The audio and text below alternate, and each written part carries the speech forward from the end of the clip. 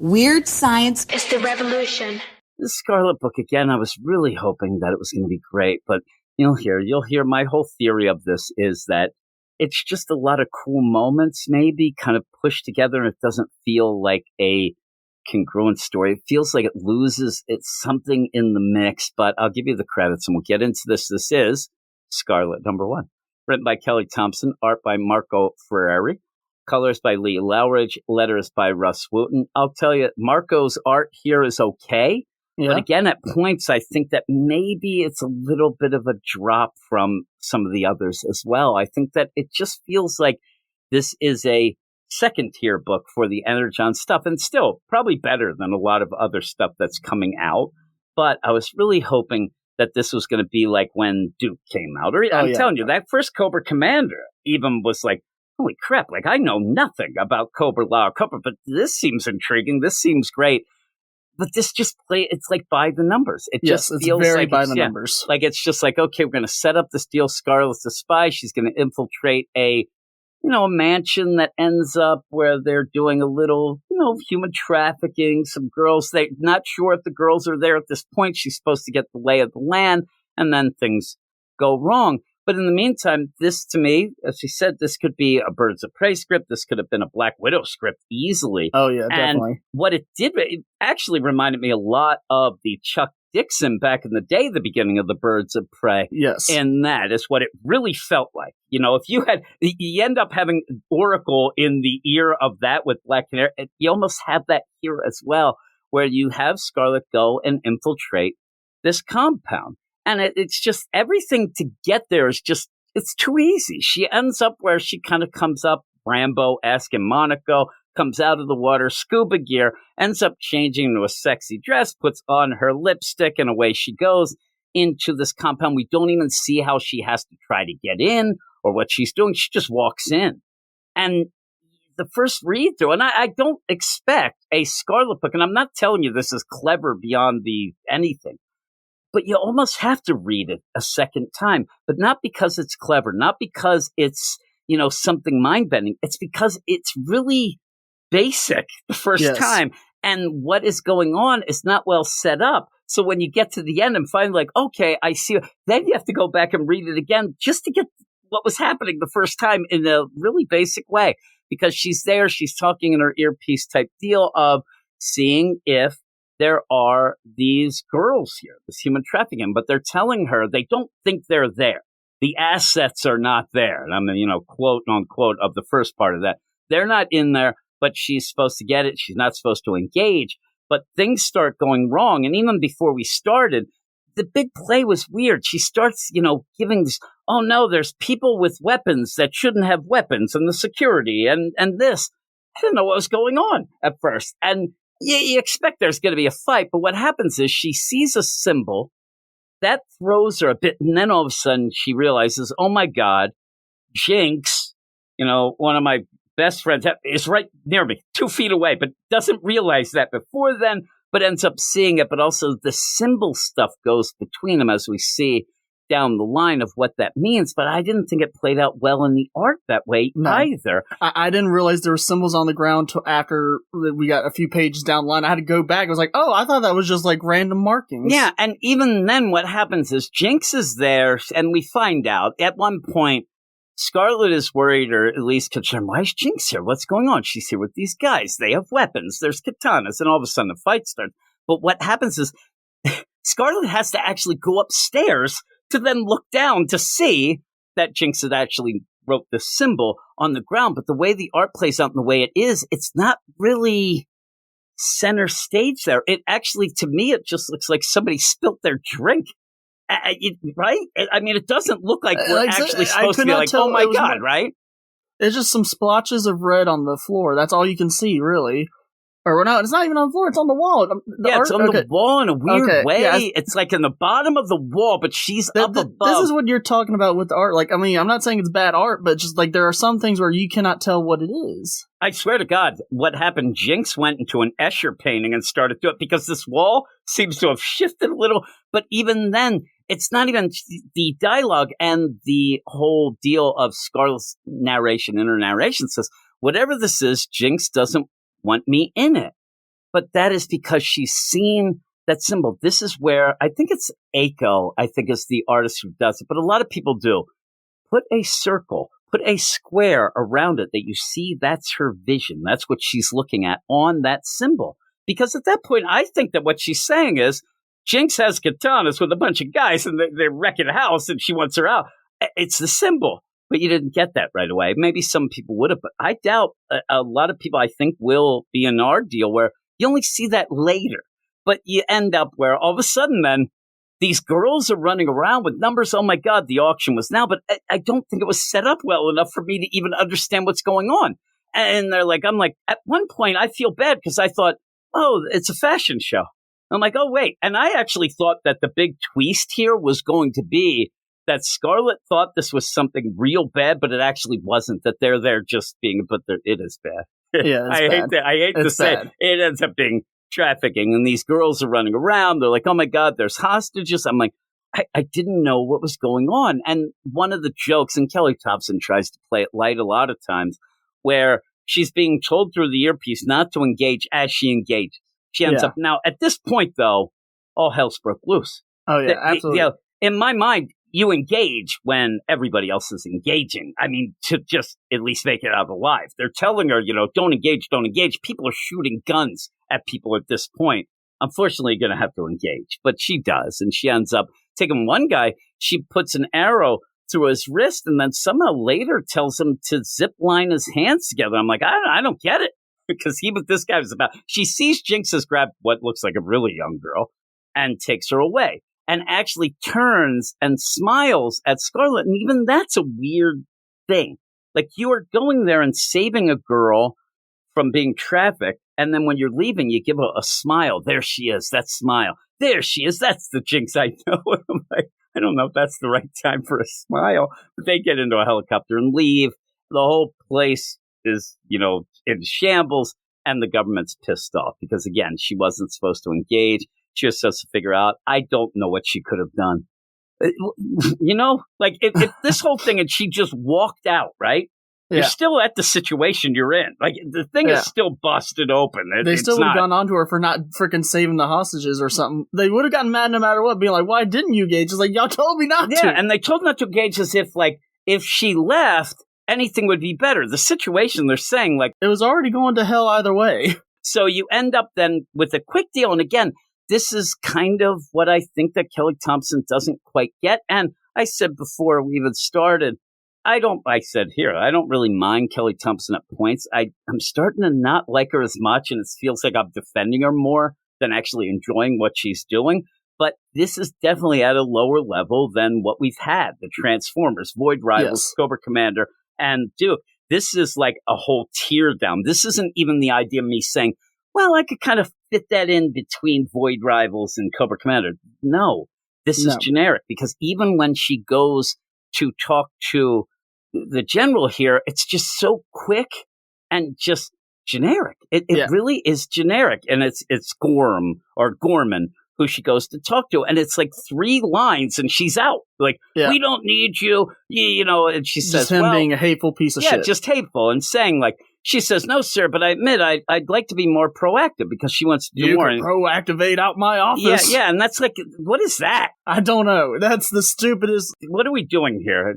I could tell you who has worse, crap talk than that, but I don't want to get into it. But you end up, I'm glad also this week, just to mention it, I do believe Space Ghost came out as well. We're not dealing with that. So that probably has worse of the crap talk dialogue. But he's like, get out of my damn office. I'm like, you can proactivate right out of my unit. Okay. Well, the idea of this anyway is Scarlett goes in and she's like, I want to do more. I want to be more, these families. And she even says she actually freed and saved a bunch of these trafficked people. And she says their families are happy and whatever. He's like, I don't give a crap about that. I don't give $1 to a donut. You gave up the intel. Proactivate your ass out of here. You gave up the intel for where the hostages were going to be, but you already rescued the hostages. Like, she skipped a step and got the end result. It doesn't make sense. Like, this should be like, well, you saved us some time and effort, and saved people. The idea of him kicking, like, I think she's going to quit anyway. He says, hey, and it's that whole deal. You're up for renewal, your contract. She's just a contracted deal. So get out of here. It's like, whatever. Goddamn Gorman. And then goes off and goes back to her house. But when she gets there, and this is what I'm saying, there's no real, I don't mind that there's no downtime, but scenes just happen. And then they get thrown at you for another character to show up or for another scene that's supposed to be cool, which isn't, because she goes home and she sees that this tape on the door has been broken. Somebody has entered without her wanting them to. She says it can't be Jinx. She wouldn't do the tape. And then she goes around and all it is her then finding that it's Stalker. So should probably change his name by now. I laughed so hard when he's like, you can call me Stalker. It's just like, no. Yeah, no. Like, okay, well, how about Creeper, Peeper, Diddler? He's bad call with me the names. Sergeant Stalker. Yeah. And so, Sean is there and it's like, hey, we have this going on. And I want to know what you found out about Jinx. It just ends up like everything seems like it doesn't need to happen this way. Like it's extended. This scene of just going on and on and on because Stalker shows up and says, I am doing a thing. I want to kind of get to Jinx. I know that you have a background with her. We end up seeing that. And that is pretty, long as well. And we don't really learn anything about it at all. It's just like, oh, they were friends. And it's just like, okay, how did they meet? What did they do back then? Like, what's their backstory? Seriously, you know what we learn? We learn that Jinx is good with plants. That is all we really learned. She has the green thumb. And they were close, maybe closer than we realized. We're not sure, but that's fine. We're not sure. Yeah, we're not sure, but that's fine. Because, again, I'm coming into this like the other books, not knowing too much about the characters, but that hasn't stopped me. I have to keep telling him. That has not stopped me from loving Duke, Book of the Year, and Cobra Commander, and Transformers. Same deal. As I'm learning, I'm having so much fun. And I'm like, oh my God, it's like the idea of where were you all my life, G.I. Joe and Transformers?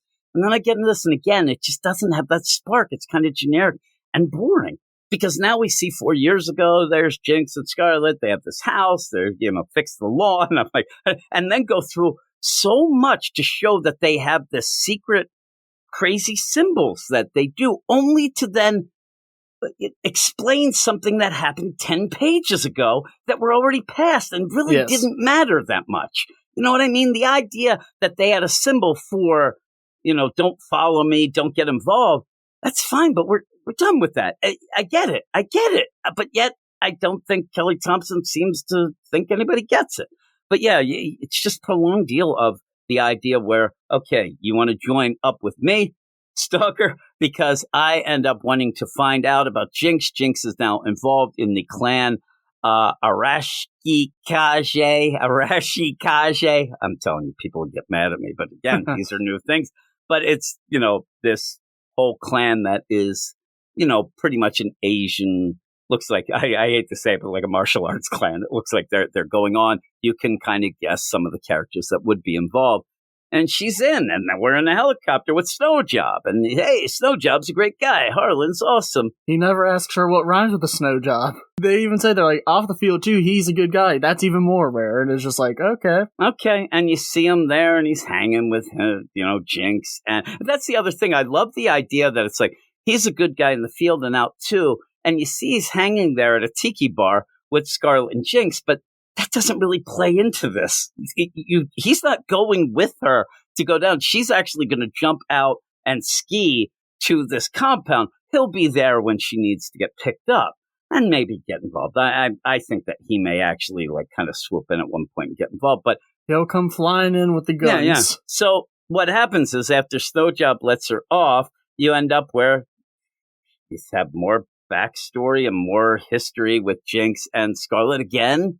Showing here's the symbol. Hey, that looks like two peace signs or a bunny. It's a rabbit. No, I'm not sure. Like, all of this is like, why am I bored It took of me this? forever to find the symbol too. This time too, I just couldn't. I was looking at the binocular panel. I just couldn't see it. And I was like, oh, it's off to the right. It doesn't help that the red matches the red of the lens. And that's lens. what I'm saying. And it's like, so I see it now again. Why not point it out? Have this where it's nighttime. And you have night vision in a way that she has put this in some thermal or whatever paint that can be seen. Make it easily seen. It's not. And it's not well explained either. First read. It's not even well explained. So you have that. And then she's just fighting people. She's just fighting a bunch of guys. Goes in, fights another couple guys, then jumps over a wall, and then fights way more guys. Even that when she Kills looks quite a few too. Yeah, and then ends up seeing Jinx and like she looks good and keeps saying to herself like, huh, she looks like too much into this. Is she involved? But nothing's really, I mean, it's going on, but nothing intriguing or nothing that I say, man, Scarlett's awesome. What I realized from this issue, two things. She has red hair and a good memory. That's all I get. That's what I get. She can remember conversations. And yeah, she can kick butt. So she goes in, fights a bunch of people only to get to, this main guy who Jinx is with. And we keep jumping back. And I think that kind of ruins the pacing as well, because you want that full action where she is kicking butt, blood everywhere in the snow. So that sticks out very much like what you would expect in like a Wolverine comic when he ends up going to Japan, stuff like that. But when you go back, it then cuts to Stalker then saying, you know what? I think that's pretty cool. That, and here's Jinx, and here's this. I'm like, you don't have to, give us the intel first, then go do the mission, whatever you want to do. But the idea that she's there to present this sword, and she's kind of like, I'm the weapon, I'm here. And this whole play of her wanting to get inside the group. And I'm telling you right now, I don't know why they would let her in. You know what I mean? Yeah. Well, yeah. It's just like, oh, you killed a bunch of our finest men. That must mean you're good enough to be one of us. I'm like, no, it means you killed like 20 of our men. You killed about 20 of our men. Now. And the idea of like, I don't know who you are. And you're an outsider who, he says it, he calls her that, this main guy. But then at the end, even I love too, like we are 5 pages from being in the helicopter with Snowjob to then see the dossier of Snowjob to say, oh, and Snowjob will drop you in. I'm like, you don't need to tell us that. We already know that. Why are you going back to show us Snowjob is going to drop? We did that 5 pages ago. Now I'm getting angry. But you end up where she's there and she's bowed down to the leader of the clan and she gets conked with a sword. And this is where I hate to say it, a lot of the issues have done it. Transformers does it a lot, but for some reason, even when I don't know the characters, I get excited. This is a big character, but it's starting to feel like Energon Universe 101. The idea of at the end of each issue, you get this big thing that happens and then it's revealed, oh my God, it's said character. Oh my God, and this is Storm Shadow. Oh my God, it's Storm Shadow. They lay down their trap card. It's like, oh, now I got to buy the next issue. Yeah. But even then, I'm like, okay, there's something for us. It's not as much, but I do know. I like Storm Shadow. Don't get me wrong. He's the only reason I want to keep reading. Yeah, that is. And I'm waiting for a Snake Eye. You're waiting for a bunch of characters to kind of pop up from the G.I. Joe stuff, so that's cool. But again, I need a story, not just Scarlett randomly going through 2 missions that I don't really understand, with Jinx leaving very obscure symbols of not to follow, even though she's going to anyway. And then at the end, thank you, Storm Shadow. Of course, Hard Master. I live to serve. So what we have in this already, we have Hard Master and Stalker. So we got a sexy book going on in here. Rearrange some words of Snow Job and exactly. Another one. Yeah, we got that. I hope that Hard Master isn't a big, a fisherman, because he might be a masturbator. But when we end up having all that, see, these are the jokes. You know what rhymes with Gorman? Yeah, I know, yeah. And we could keep going. So at the end, too, I will say, not a great panel to end with Storm Shadow. I wish that art was a little better. It's not great. But he's there. Yeah. Again, this isn't horrible. No. It's just not great or good. I still think it's better than any of her Birds of Prey, but that's not saying a lot, though. That's not a low bar or high bar to clear. Here's what I'm worried about. This is the issue to get us excited to keep going. What does she do when she now has free reign to do whatever? And it's I'm least excited about this book after the first issue than any of them. So I'm sure that a lot of people will like it. I'm sure that a lot of people think we're hating on it because, it's Kelly Thompson. Oh, we don't like Scarlett. I'm coming in clean slate specifically for the G.I. Joe stuff. And in the books, when they're announced or whatever, I know a little bit about Scarlett, enough that I like Scarlett and I'm excited, but this just seemed generic. But what would you give it? Yeah, I'm going to give this a 6 out of 10. To me, it's a little too generic. And like you said, to me, the worst thing we've gotten from Energon at all would be maybe a 7. And this is definitely way lower than that. So, I have to go with 6. Like you said, it is definitely a tier lower. And, you know, I mean, the artwork at times is confusing. Like you said, it's a bunch of cool moments stitched together with a very not thought out plot. Yeah, it's just things happen. The idea of it sounds cool. Scarlett infiltrating the, dang it, Arashikaki, the oh my ninja goodness, clan. There you go. I don't know what you just said, but a couple of people got all excited. But yeah, even then, like that's cool. The idea could be cool, but just it's not told in an interesting way. And the way that she gets through that, like nothing feels like it has weight to it. It's like Kelly Thompson saying, "Okay, she's going to infiltrate this clan." She does, and then at the she gets hit by just floats Storm through Shadow. everything. Yeah, that's what it ends up happening. She's going to go. Things are going to go bad at the mansion no tension, with the no thing. drama. No, none of that, because I think she goes too quickly through things. And then goes back to show us, hey, here's a dossier on Snowjump. Do you know him? Yeah, damn right we know him. We already saw him. So it's just a weird play. But overall, I'm a 6.5. I'll go a little bit more positive and make you a negative nasty. But I'm going to 6.5. But again, I don't think that I've gone under a 7 on any of the Underjump books I haven't either. So to me, this is like the first, I don't want to say failure, but this is definitely the weakest out of everything so far. And again, when we go through this, a lot of people were saying, oh my God, this is going to bring down the... I don't think this book can bring down anything. It's just going to be, let's get through this. Let's get to the G.I. Joe. This is all the setup. I want to see Dan Waters do Destro. And this is all the setup, that side of things, to eventually get a G.I. Joe book. Weird science is the revolution.